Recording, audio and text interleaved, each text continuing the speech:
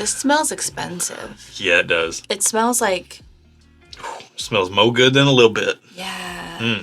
I'm trying to like explain what I mean by it smells expensive, but I don't know how. Can you help me?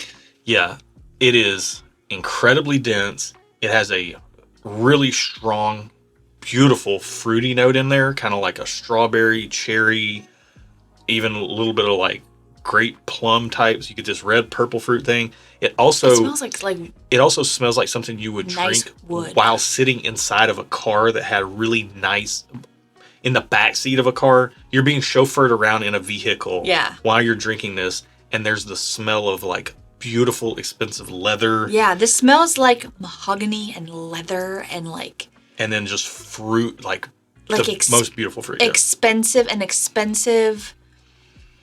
British man. Mm-hmm. I don't know why. Yeah, it does. Like, seriously. I don't know what this means. This probably smells like what James Bond smells like. Yeah. If you could, Yeah. This is a James Bond pour, whatever this is. Also, phenomenal. I'm Erin. Oh, yeah, sorry. I'm blacked out. This is James Bond. I'm Erin. I'm Josh. And we're Stuff and Whiskey. Thank you for watching. We're drinking this blind. We don't know what this is. You know, you've got your clues in the title and the thumbnail picture, which we add in after the fact. But we taste stuff completely blind to take away any labels, hype, or bias so that you get the most honest opinions from us. But this is just our opinion and based on our own personal preferences. Yes. We tend to like really big, rich, bold whiskeys. This smells like one of those. But we'll see what it does when we taste it. Yep. We're going to give it a rating. And then we're going to find out the price tag and see if that changes how we feel before we find out what we're drinking. That way you really get the most honest take possible on whether or not this stands up to the price tag. And then once we find out what it is, we'll have a little brief discussion about any necessary details you need to know about this whiskey. We'll talk about why we even put it in the sample pool of a bunch of samples we draw from. There's probably some reason, but right now, all I want to do is just taste this thing. So let's go. Cheers. Cheers.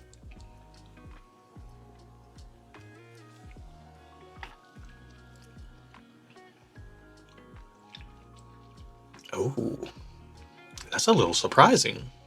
It's a little brighter on the palate than I expected it to be based on the nose. I don't know if that's bad or good. I need a first sip. Yeah, my first impressions here, which you can't trust, but first impressions here to me are as fragrant and jumping out of the glass as it was. I was expecting to really get popped right in the face with a huge blast of flavor. And this has more subtlety. It's a little... I wouldn't say bright. You said bright. It's brighter than I thought it would be. It's not bright. It's brighter than I expected. I would say it's a little softer than I expected, but pretty good. Yeah. Let's take another sip. Also, the finish, as we're sitting here talking, is faint but lingering. It feels proofy, though. It feels like it's a soft, subtle finish of a proofy whiskey.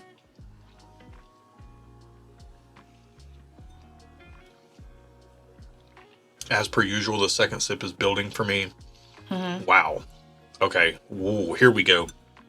Whoa, that second sip is... That's crazy. It never fails. Like, some channels talk about the first sip being the most impressive and things kind of falling off. For us, it's the second sip. That first sip is an acclimation sip. It gets you adjusted to what you're drinking. You are drinking alcohol. Even if you've been drinking alcohol, each pour is different. So that first sip gets you used to what it is. Then you come in with the second sip. You already have your expectation level set, so then you can enjoy the pour. The first drink is the expectation setting pour or sip. Then you can have your tasting sip. Mm-hmm. That's what I'm going to call it. The expectation level setting sip, which I'm big about expectation setting, and then your tasting sip. I look at it like first impressions, you know? You go on we're not dating anymore. First impressions matter when you're human to human, though. They matter more than I think whiskey. Yeah, but let's say you just meet somebody, like you're not marrying a bottle of whiskey, but like, let's say you just meet somebody for the first time and like your first impression, you don't really know, you know, you gotta warm up to people. You gotta feel them out, see what's going on, you know?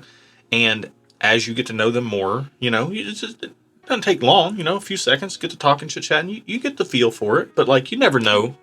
So the first sip to me is always the first impressions. Like, let me just get a barometer on what we're working with here. And that's what I do. Second sip is when I actually start getting flavors, and then the third sip is when I can really start feeling like I know what I'm dealing with. Would you like to take a third sip? I already have. Oh. I'm getting everything that I got on the nose. It's building on itself. There is definitely like this, you said mahogany and rich leather. I don't know what mahogany tastes like. I was trying to think of an Anchorman thing. But it's this, like my apartment, what is it? It smells of rich mahogany and books. I don't know. Tastes like bourbon, and honestly tastes like bourbon that even though Ron Burgundy does prefer scotch down in his belly, this feels like a bourbon that Ron Burgundy would appreciate very heavily. I agree. This feels like it's got a lot of age on it. It is at a beautiful proof point.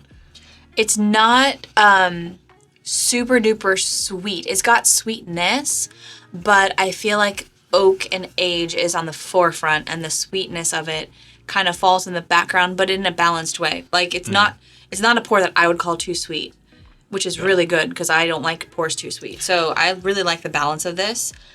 I really like the way it smells. I like the whole experience. I'm giving this 2 thumbs up. I'm not going to bury the lead. I'm 2 thumbs up as well. I really enjoy this.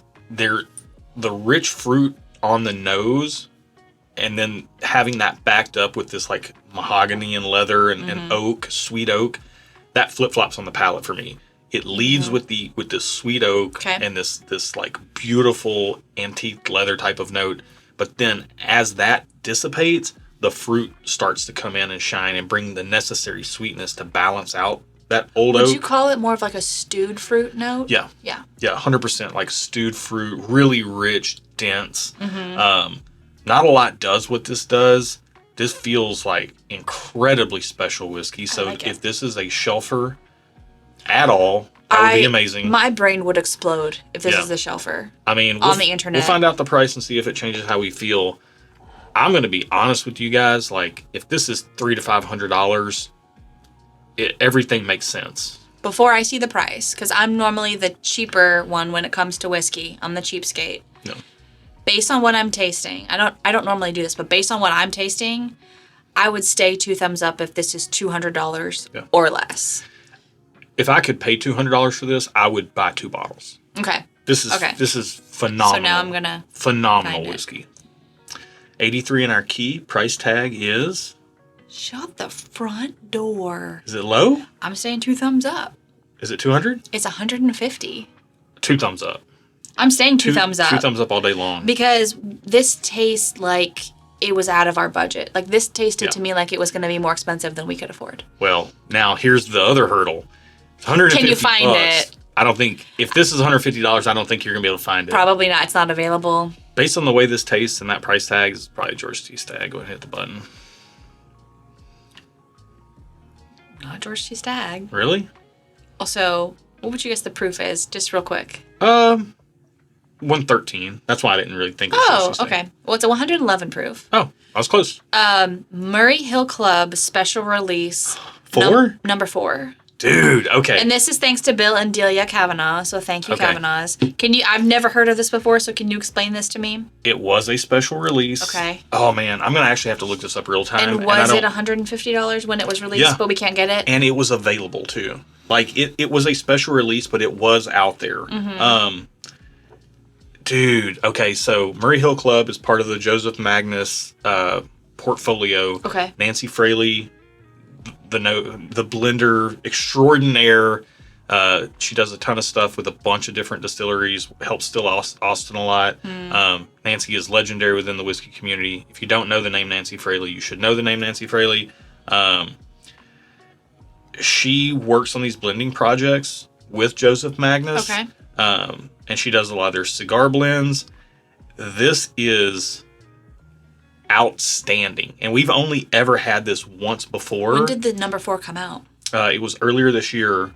We had it... In 2025? Or sorry, it might have been last year, actually. So 2024? I'm almost sure it was a 2024. Yep, August of 2024. Okay.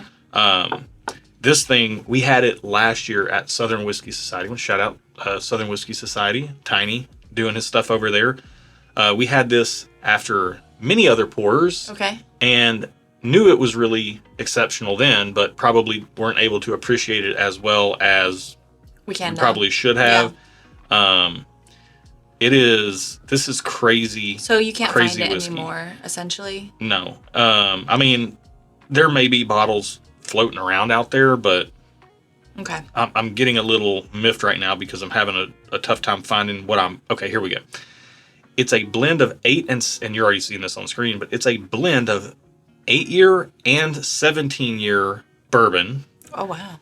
And so Nancy was part of this blending, is that what you're saying? That's why you mentioned Nancy Fraley? Yes. Okay. And then the blend was finished for 4 months in Calvados casks and bottled at 111 proof. So I didn't pick up on a finishing, but I think the finishing was just done so well, it just felt like part of the whiskey. And there's no... I knew it was finished in something. I couldn't remember what. That's why I needed to look Calvados, it up. I also didn't remember the ages, but it's got to have a fair bit of that 17-year in the blend.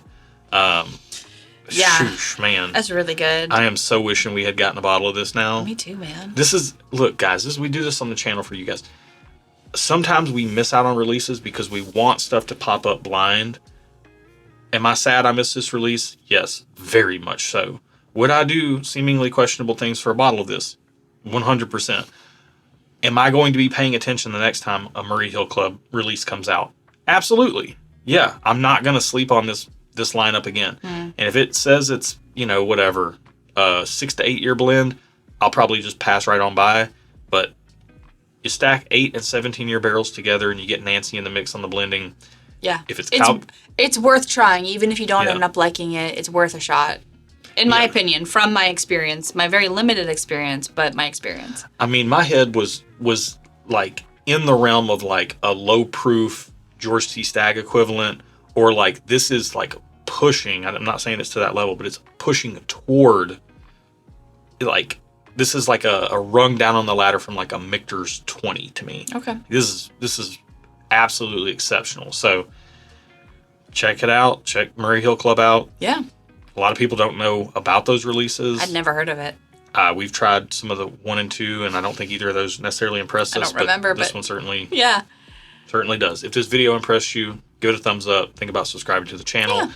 If you like our palettes, if you've tried this and you really like it, think about checking out our Patreon and getting in our barrel club, because we go pick a lot of barrels, but we got to have that it factor like this has. Mm-hmm.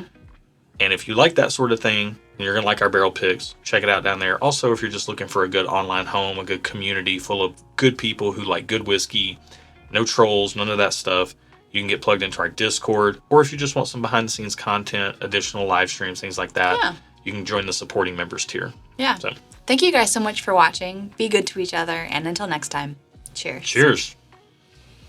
This is really good. I'm kind of bummed that I'm going to go to bed soon because I can't drink the rest of this because it'll mess with my sleep. Oh, I will gladly take it. Can it be saved or no? Yeah, we could put it in a sample jar for you. You can have it. No, it's fine. No, it's okay. I don't. Oh, that's love. You can have it. You really love me.